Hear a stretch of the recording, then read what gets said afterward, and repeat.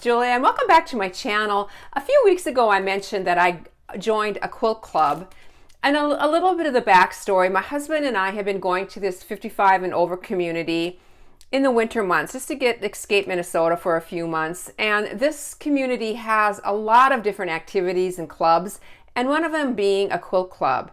This year we were down there long enough for me to be able to join it and just enjoy some of the amazing talent that these women have. And one of the things that we do in this club is we make charity quilts. These quilts are used in we donate them to several different organizations. Someone else is actually in charge of organizing these quilts. They're all 3-yard quilts. And they bundle them up and then they just pass them out.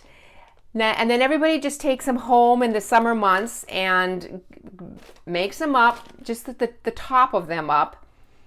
And then we just bring them back next winter.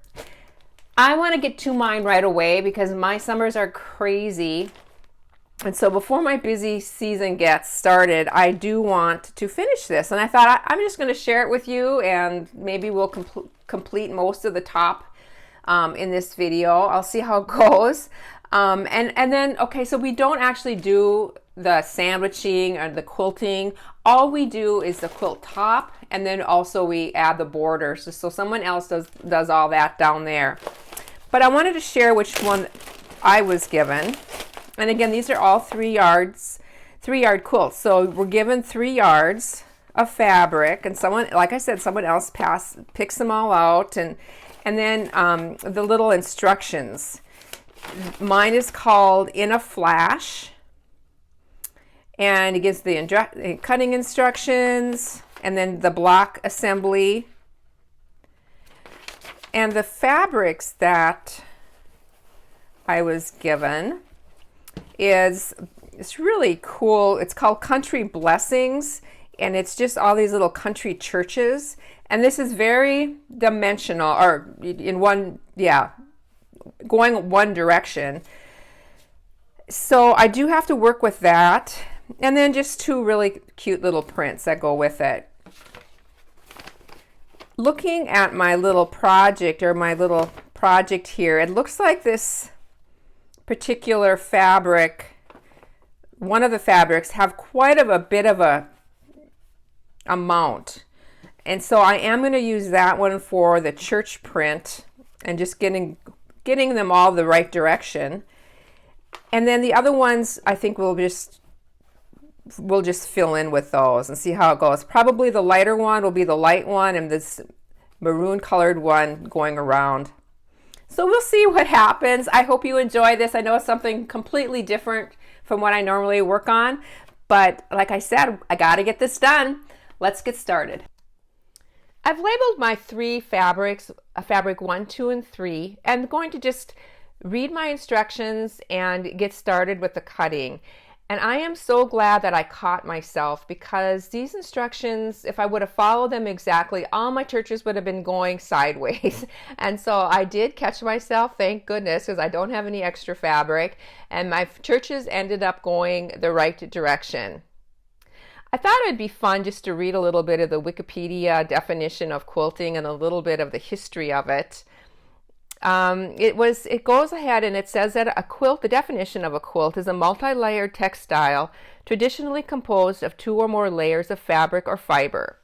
Commonly 3 layers are used with the filler material. And a little bit of the history or tradition. It said that quilting traditions are particularly prominent in the United States, where the necessity of creating warm bedding met the paucity of local fabrics in the early days of the colonies. Imported fabrics was very expensive, and local homespun fabrics was labor-intensive to create and tended to wear out sooner than commercial fabrics. It was essential for most families to use and preserve textiles efficiently. Saving or salvaging small scraps of fabric was a part of life for all households. Small pieces of fabric were joined to make larger pieces in units called blocks. Creativity could be expressed in the block designs, or simply utility quilts with minimal decorative value could be produced. Cribbed quilts for infants was needed in the cold of winter, But even early examples of baby quilts indicated the efforts that women made to welcome a new baby. I just thought that was really, really sweet. And here I am creating blocks. This particular quilt has two different block assemblies, and then they are alternated once put together, alternated, four going across, and then I believe there was a total of 6 rows. I had a comment from somebody when I said I had never really done any block quilting before, just saying that they were surprised because I do so much sewing that I never ventured into this. I know that once I start, I'm just going to get hooked. I probably won't want to do anything else. So that's kind of why I held off. But now that I'm, you know, we're pretty much semi-retired, and I still am keeping my business going. But I hope I have more time to just venture out in this and just to explore. Here I am just looking at my blocks, doing my rows, and realizing that, okay, all those maroon have to go, those diamond shapes have to go in one direction. And so I did mess up a couple times. I ended up having to rip out more than I wanted. But here's what it looks like in the end. This is without the borders. There's actually 2 different borders that go around this, and that is what I'm going to be working on next. There's a tiny border, which is cut at 1.5. You can see it there. That's the 1.5 inch.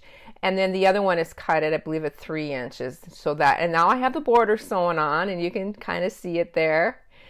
The last thing I did was cut the binding, just so that was cut for the gals down there to put these little quilts together. I know this was something different and quick. I hope you enjoyed it, though. I'm really excited to have this finished. I hope everybody has a chance to create this week and maybe quilt this week. Bye for now, everyone.